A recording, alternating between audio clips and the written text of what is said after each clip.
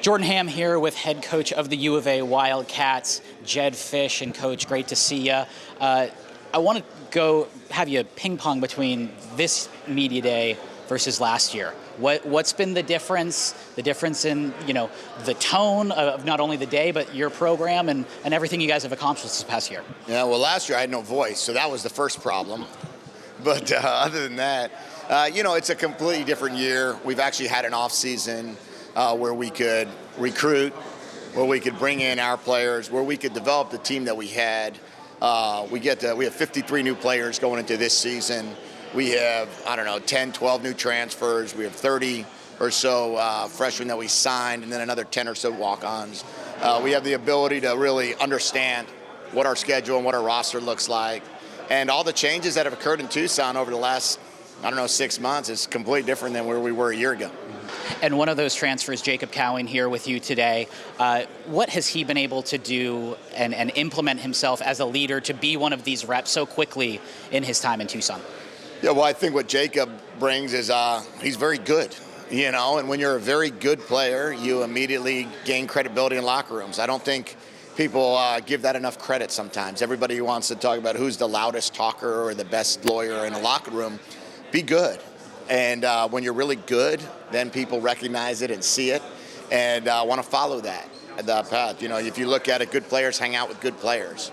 CY and Jacob coming here, they deserve to be here. The way they play football, and they're both great high-character kids, but excited to have them on our team.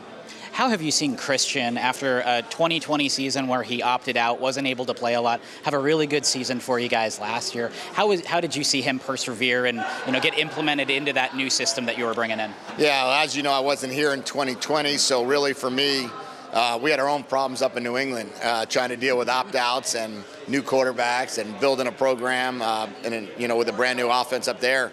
So coming back in 2021 to be able to see what it looks like and watch CY really compete and become the player he's become, and watch him in the weight room, watch him on the track, watch him run, watch him do everything he can do. I mean, that kid's a special player. I think he's got all the intangibles to be an NFL player. I think he's got all the tangibles to be an NFL player. Now he's got to go produce and go make 3 or 4 interceptions. Go sack the quarterback a couple times and go make 75 tackles. And if he can do that, I'm looking forward to watching his career. Quarterback room has changed a lot for you guys in the past 12 months. Just what are you most excited about seeing, and what did you take from last year's quarterback battle that you're going to implement into this year's quarterback battle? Yeah, I mean, I think what we have here is we brought in a freshman player of the year. We brought in the Pac-12 freshman player of the year who was extremely successful in this conference, who's shown the ability to throw 25 touchdown passes in this conference, who's shown ability to win, more games than he lost in this conference. And, Jaden's going to be the guy, and he's going to walk out there and he's going to take the first rep and roll. Noah and Jordan have done a great job of competing and continuing to get better. Noah, a true freshman, Jordan, a fifth-year senior, and both those guys are, going to be right there battling along with him.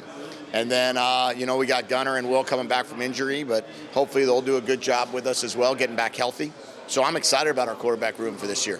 And this Arizona Athletics NIL collective that was just announced, what impact will that have? Yeah, I mean, NIL is a huge part of your program nowadays. And if it's not, then you're missing the boat in what college football looks like. We don't talk about it with recruiting. We don't talk about it with in terms of what someone can get. Obviously, that's illegal.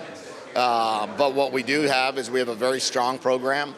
But I also believe, I think Lane Kiffin said it best, right? Your NIL is as good as your boosters.